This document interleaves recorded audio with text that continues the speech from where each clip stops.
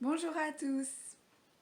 Alors cette semaine, on étudie dans 1 Néphi les chapitres 11 à 15. Alors je vous ai écrit ce que je vais vous dire.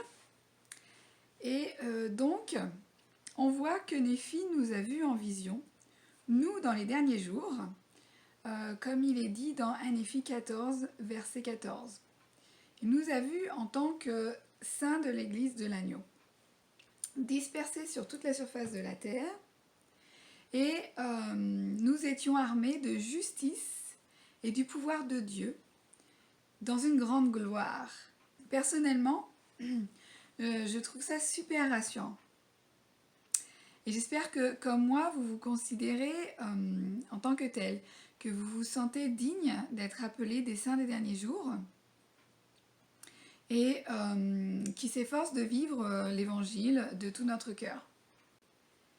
Quelle puissance et quelle bénédiction nous avons, chers frères et sœurs, d'avoir la connaissance de l'évangile dans notre vie. Quelle force, c'est vraiment une très grande force. J'espère que vous le voyez de cette façon dans votre vie également, quelle que soit votre situation actuelle. Bien souvent, quand on se sent faible, quand tout nous semble être lourd dans notre vie, n'oublions pas que c'est dans ces moments-là que notre Sauveur Jésus-Christ nous porte sur son dos. Même si on n'en a pas l'impression, il est vraiment là avec nous.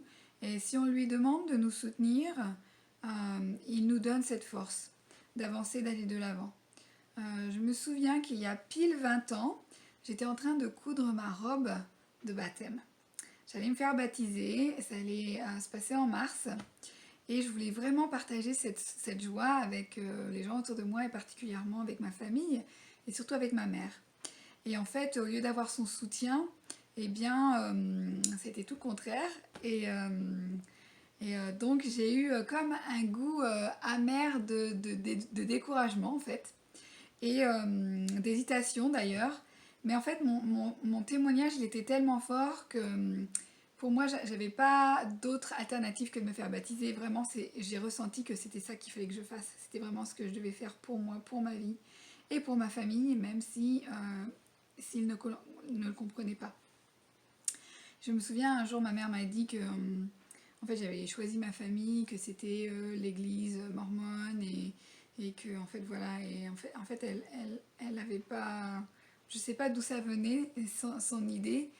Bon, mais en fait, ce qui s'est passé, je pense, c'est comme beaucoup d'entre nous qui se joignent à l'église et dont les membres de notre famille entendent, écoutent ce que disent les médias sur l'église, surtout il y a 20 ans, c'était pas du tout positif.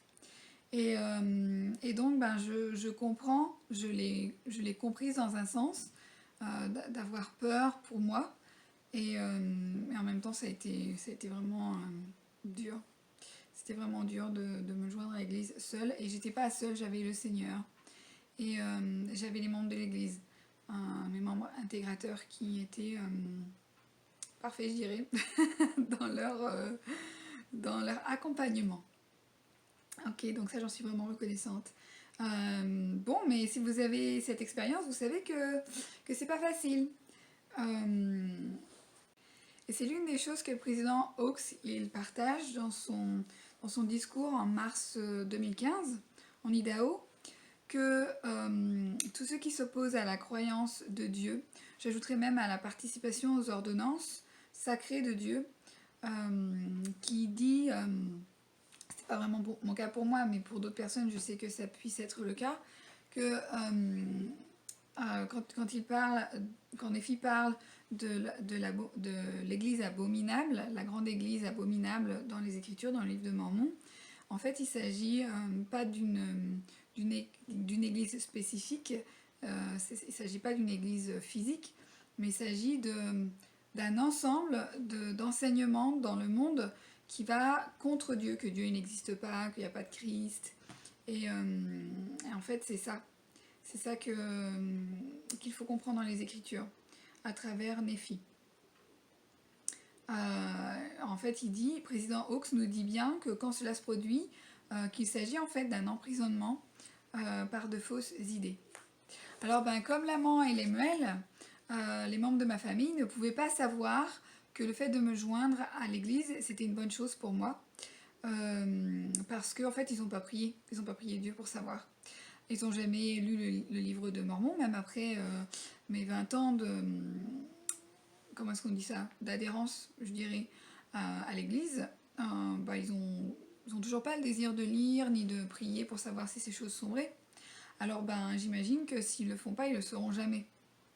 Et c'est leur choix, je le respecte. Ceci dit, moi, ça ne m'empêche pas de continuer à vivre l'évangile jusqu'à la fin de mes jours. Et j'espère que je vais réussir à faire ça, parce qu'on ne sait jamais ce qui peut se passer dans la vie. Mais c'est bien mon but.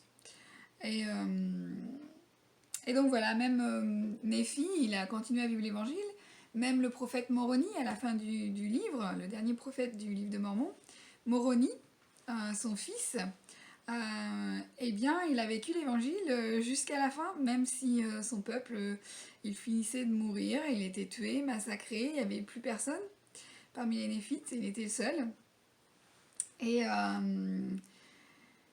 c'est tragique, hein. Mais c'est possible que pour certains membres de l'église, ça soit pareil par rapport à notre famille, je veux dire. Donc voilà. Dans ma bénédiction patriarcale, j'aimerais vous partager quelque chose. Bien sûr, c'est personnel, mais je pense que ça s'applique à tout le monde.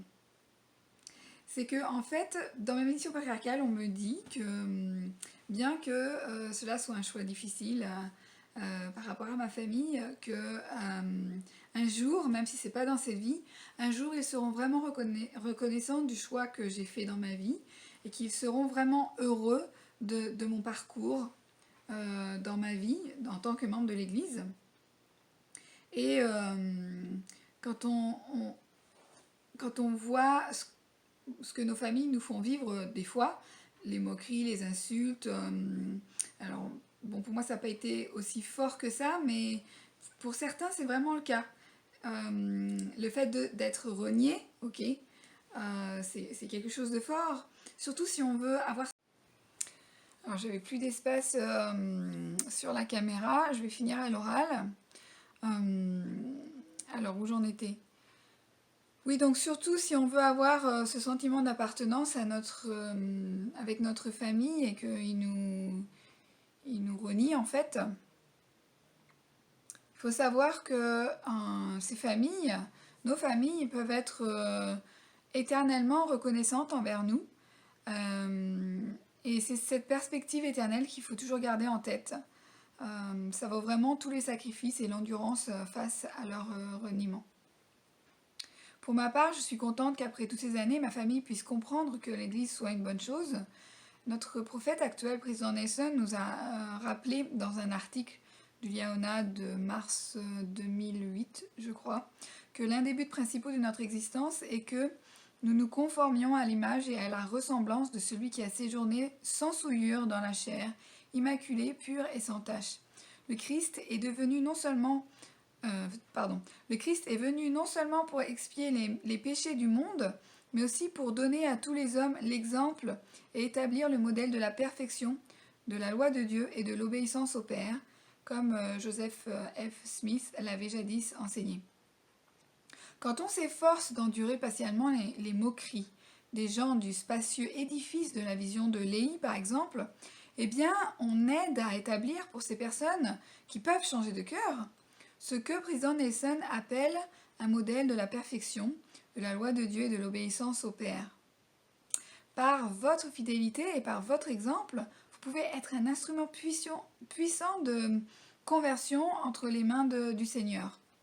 Et quelle grande bénédiction et quelle grande joie cela est de pouvoir être un instrument de conversion entre ses mains. Le livre de Mormon est un des outils puissants que notre Père Céleste nous a donné dans ce but.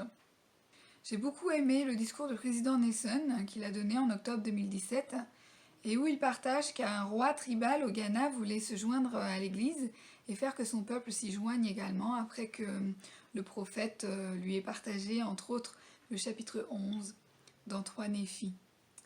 Le livre de Mormon est précieux à mes yeux. Est-il précieux aussi pour vous? L'avez-vous lu et avez-vous prié à son sujet? Sinon, eh bien, j'aimerais vous inviter à le faire. Je sais pour moi-même que le livre de Mormon, c'est vraiment la parole de notre Sauveur Jésus-Christ, de notre Père Céleste. Je le sais.